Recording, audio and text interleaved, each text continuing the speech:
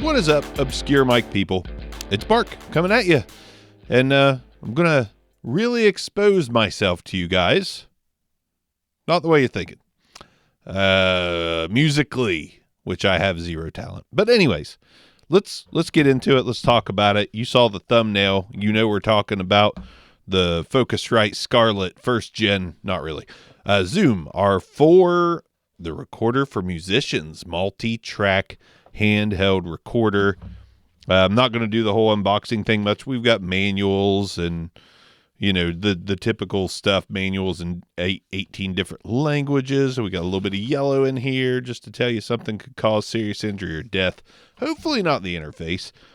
Whatever, though. If it kills me, it kills me. At least I got some of this video done. Here it is, folks. This is the Zoom R4 multi-track recorder. For sake of knowing, it's hand size. That's what she said. Definitely, you know, it's slick. I actually really love the form factor. I think the screen is the perfect size. As far as handheld recorders go, I think I love this more than anything else. It is such a simple block with no microphones protruding, though it does have a microphone. Mic. See that mic at input A? That is a little built-in mic there. We'll test that. I'll be excited about it. Now, I'm going to get into everything, but I want to say something real quick. There is one weird caveat. Like, this only is going to come into play for like someone like me trying to tell you about this device and what it does. But in audio interface mode, you are stuck in audio interface mode, which is fine. You can adjust your levels. You can do all that stuff, right? But anything you dial in needs to be dialed in before you go into audio interface mode. I've got this plugged in USB-C to A to my Mac Mini. And if I exit out of this audio interface screen, then it cuts off my audio. That's not a big deal because typically if you want to use it as an interface, like you got your controls. I mean, it's no different than having a Scarlett Focusrite sitting on the desk. Like there's no screen on that, so I don't really need this screen. But to show you guys the features, I'm going to have to switch over to the trusty Yamaha AG06 Mark II and not record that part on this while I'm showing you all the features. It's fine. It's freaking fine. First things first. Batteries. We've got 4 AA's. And that's fine. It's completely fine. Rechargeable would be cool, I think, but it's fine. Rechargeable isn't as portable as one would think. With a rechargeable, you've got to charge it to use it. With batteries, you just toss them out, throw them away, throw in some new ones, or have 8 rechargeables on hand to always be able to record. And we got a quarter 20 here. Quarter 20 to mount on whatever device you want. The top there, nothing. Bottom, we got 2 XLR combo jacks there. And of course, you see that mic again from the bottom angle. And we've got the big trigger word, 32-bit float. So we got 32-bit float on a $199 handheld interface device. Hello? Yeah, I'm on my Nokia. Let me call you back, though, dog. I got to play some Snake. Yeah. Oh, off the cuff, son. Just in case you didn't know, and you could probably freaking tell, I don't write scripts. I don't do anything. I don't have words on the screen. I don't have things I want to say. So if I miss something, you're shit out of luck. This is all off the cuff, son. I am that damn talented, which is 1%. 1% talent. It goes down to 0.5% when you hear my song I recorded with this thing. But anyways, this is freaking cool, man. I'm going to say right off the rip, this is a bit of a revelation for an amateur musician like myself, and I do mean amateur, but also just to be able to record anywhere with this little device, record a couple people, man, it feels solid. This is one of my favorite pieces of gear from 2023. I should probably do a video about the gear I love in 2023, whether it was discovered this year or just I fell in love with it this year. But man, that's a lot of work. If you want me to do a lot of work, you can put it in the comments that you want me to do a lot of work, but whatever. I'll effing do it live. Maybe that's the way to go live. You've heard the interface. It's plugged into Red Cabin Acoustic. My buddy Joe, great guy, good friend, great friend, gave me this Electro Voice PL10. It is a dynamic microphone, and that's what I'm using on the Zoom R4. I don't really think you need to necessarily hear all the sounds and all the features and all that stuff. Like, it's working pretty solidly as an audio interface. I've got the volume on the PL10 just about maxed out. It's not. If it was maxed out, we'd go there. But it's not. And that noise floor considerably gets better once you do that. Then once you turn it up, it's a lot different. Noise floor is a lot higher. But I also come through clear in headphones. And that's the thing too. Another thing I have noticed about this, if you're not at that full volume, at least with this PL10, the headphone jack actually sounds a little rough. But then when I'm at full volume, it does not sound rough. It actually sounds really clear and deep and concise. And that's a little strange. But the noise floor, I hear it. Maybe it's ambience. Maybe it's not. This thing takes just about as much gain as the SM7B, so I'm pretty confident that it'll push this thing just fine. It's in bypass mode, SM7DB. I no longer have a SM7B because this is just the new kid on the block, and I think that's the way to go. Let's plug it in just for shits and giggles. All right, so this does require the full Monty, all the gain. It needs it all to hit negative 12 dB, which is usable. But you get a little bit of that noise. Just a little. Nothing crazy. It's fine. It's for music. You're not going to hear any of that shit in music. You're going to be way too busy singing your ass off to hear that. So let's switch over to the Yamaha AG06. I'm going to go through some stuff, show you what's in the menus, and talk about it some. Let's go. All right, so we're rocking out with the Zoom R4 here, and I'm going to do some picture-in-picture just because maybe I'll make some funny faces. Who knows? Here's the audio interface screen I spoke of. You can format that 32-bit float into 24-bit, and I'm doing this without being recorded, so it's fine. 24-bit or 32-bit. You don't have to use 32-bit float. You got your monitoring on, your mono mix, which I had on just in case. And then when you exit, you're going to come out of that audio interface mode. Now, the menus, everything like that, pretty interesting here. You've got the option button. You hold that down, and then you get your settings, tuner, file, new project. To start a new project, obviously, go look at your files. Your settings, you've got, your echo and reverb. You've got so many cool options. Project, you can format your SD card. You can set up your USB for file transfer or interface. The system menu, got your typical stuff, your day, time, all that good stuff. Battery type, auto power, firmware. So we got firmware updates. Hopefully that'll happen. That'll become a thing. Be cool if it does. But yeah, so option, then you got all that. And honestly, this thing's seriously pretty simple. The hardest thing about it for me was getting the phantom power turned on. That was kind of the biggest learning curve for me, just because it was kind of weird.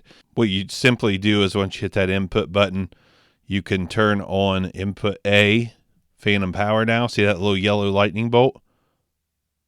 Input B. You can switch line 1 to input B and input B with phantom power. Kind of cool. So if you want to plug into this side but still monitor on 1, you can just change the input to input B and so on and so forth. Input A, individual phantom power that way as well. So that's a cool thing. Individual phantom power. Input A, you're going to have that on for it to be armed. If you got it off, nothing's going to happen, which there is an offsetting, just a line.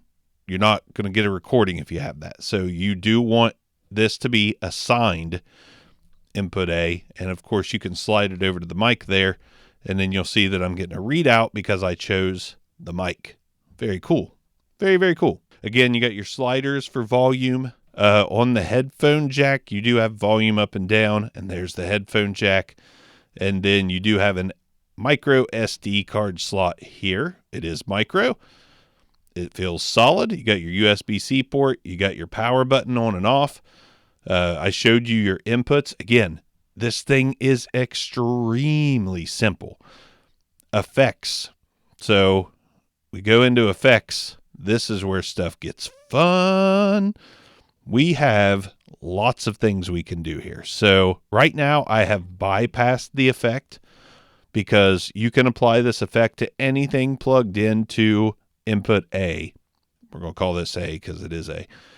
You can bypass it, or you can turn that on. You can, oh, it's so cool. So we've got built-in amp sims here, and this is Guitar Amp 2. You can adjust the drive. You can adjust the tone. Look at that. A compressor. Compressor 1. I'm going to forget to turn that off, so I probably just want to go ahead and leave it off for now. We'll go back to input 1. But yeah, you just use your left and right to go around to each setting. Let's go back to the beginning. Off. Then we got preamp 1, which is a 1073 style preamp emulator. We've got preamp 2, and it does say stuff. This says solid preamp. It's going to be kind of hard to see there. Okay, I adjusted the focus a little bit, but this is the DI5 preamp. Then we've got, that's too hard to read. We've got the clear driver preamp. And then we've got the super low preamp. MS 1939, 59, can't really read it, guitar amp. MS 800, the FDB Man, FD Deluxe, Fender Deluxe maybe, UK 30A. I'm not a guitar player, not really. Big Mark III, Ecstasy Blue, HW 100, DZ Herb, or Herb as they call it on the Great British Baking Show. Krampus. Krampus caused a stink in my hometown recently. Go listen to one of my podcasts called What Happened This Week. It's the last episode. Maybe tonight I record one. It'll be the next to last one. But yeah, Krampus messed shit up in my town. We've got the Match 30. We've got the Org 120. I think I'm reading that right.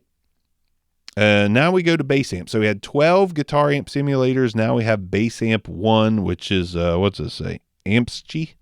Angsty? I don't know. Then we got the B-Man 100, Bassman 100 maybe, amp 2.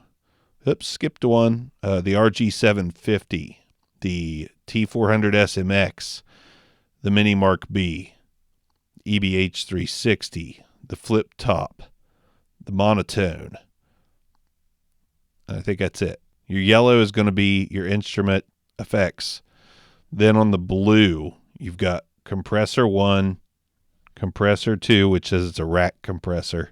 Then we got a 160 compressor, 1176 limiter, TS drive, distortion 2 gold drive, distortion 3 sweet drive. Oh, I should have used this on my thing. Distortion 4 dynamic drive. Oh, I didn't even use these. Squeak distortion, chorus, clone chorus, detune, tremolo. This is just, it's so cool. Phaser, flanger, vintage flanger, Gymnos doubler, pitch shifter, delay 1, delay 2, tape echo delay, reverse delay 4, auto wah. Man, this is just so much fun. Low pass filter, sequence filter, and that's where that ends. So there's just so much you can do to get different sounds out of this device. Handheld, $199. Absolutely nuts. Let me show you real quick here. So when you are recording, of course, you can hit record, you can play, you can go back, you can undo recordings.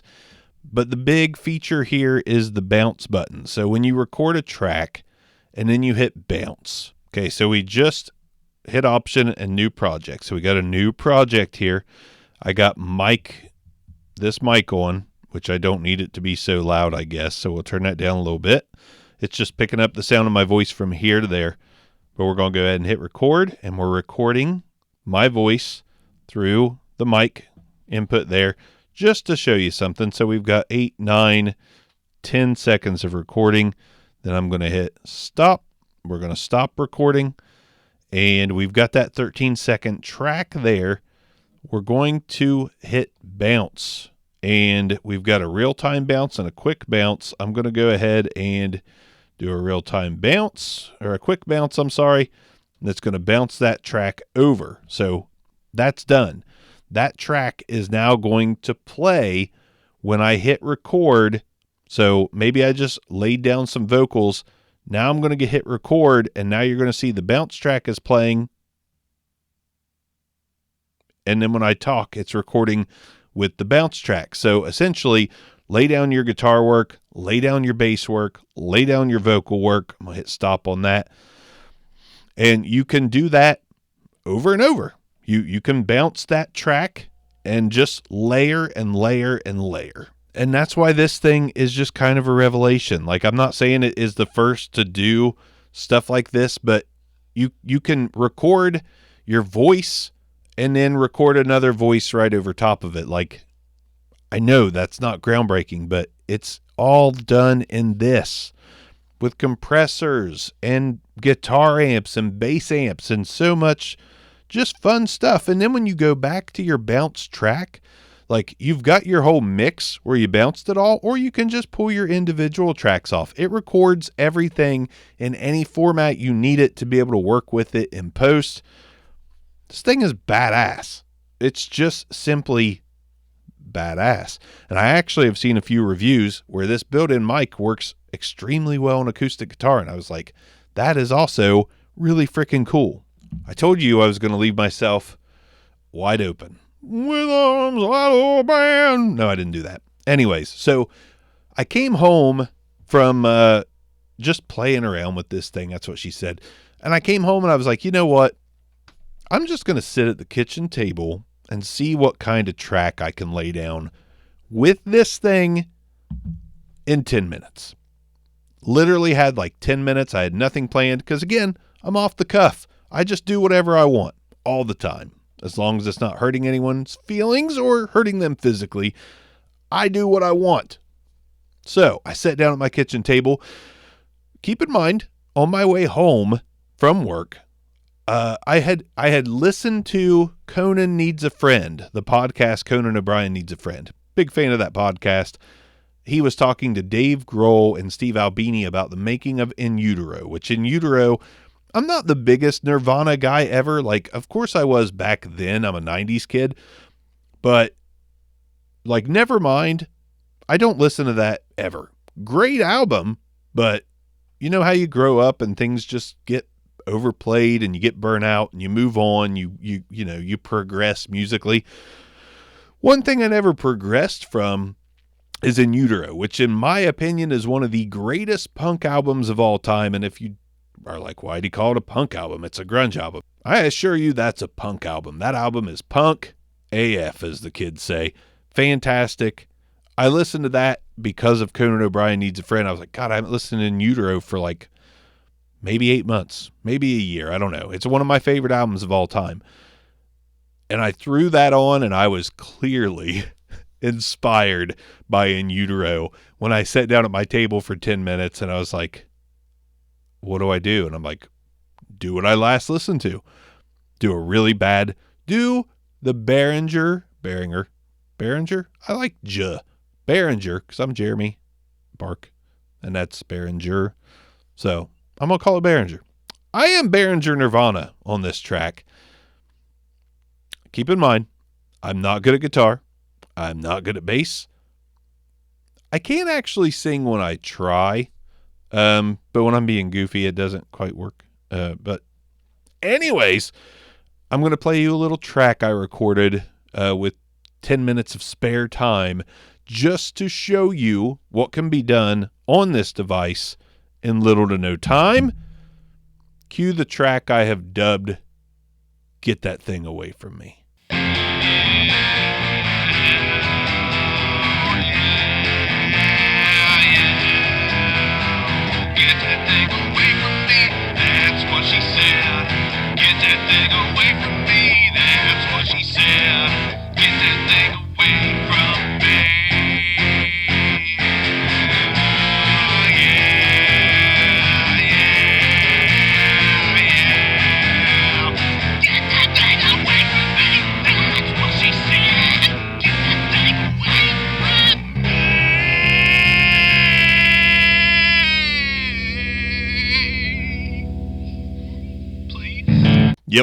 That's what happened in 10 minutes on the Zoom R4. And you know what?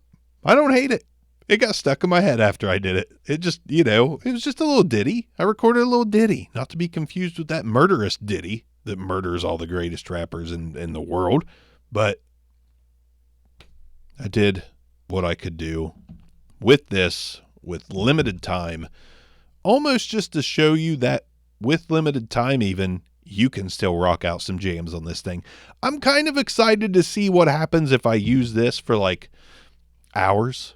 I have had a dream my whole life of just making an album, not making a good album. I didn't say that. I just said making an album. And I got the clearance and support from my wife to stick a drum set in here, even though there's not much room. We share this building in some ways. And I got her support to throw some drums in here. So I'm going to make that album, maybe.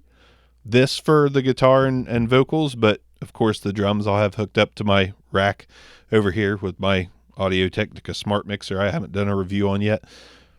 But yeah, that's going to be a thing. That's coming. I didn't say it would be good. I just said it's a goal of mine to make an album. Maybe the goal is to make the worst album ever.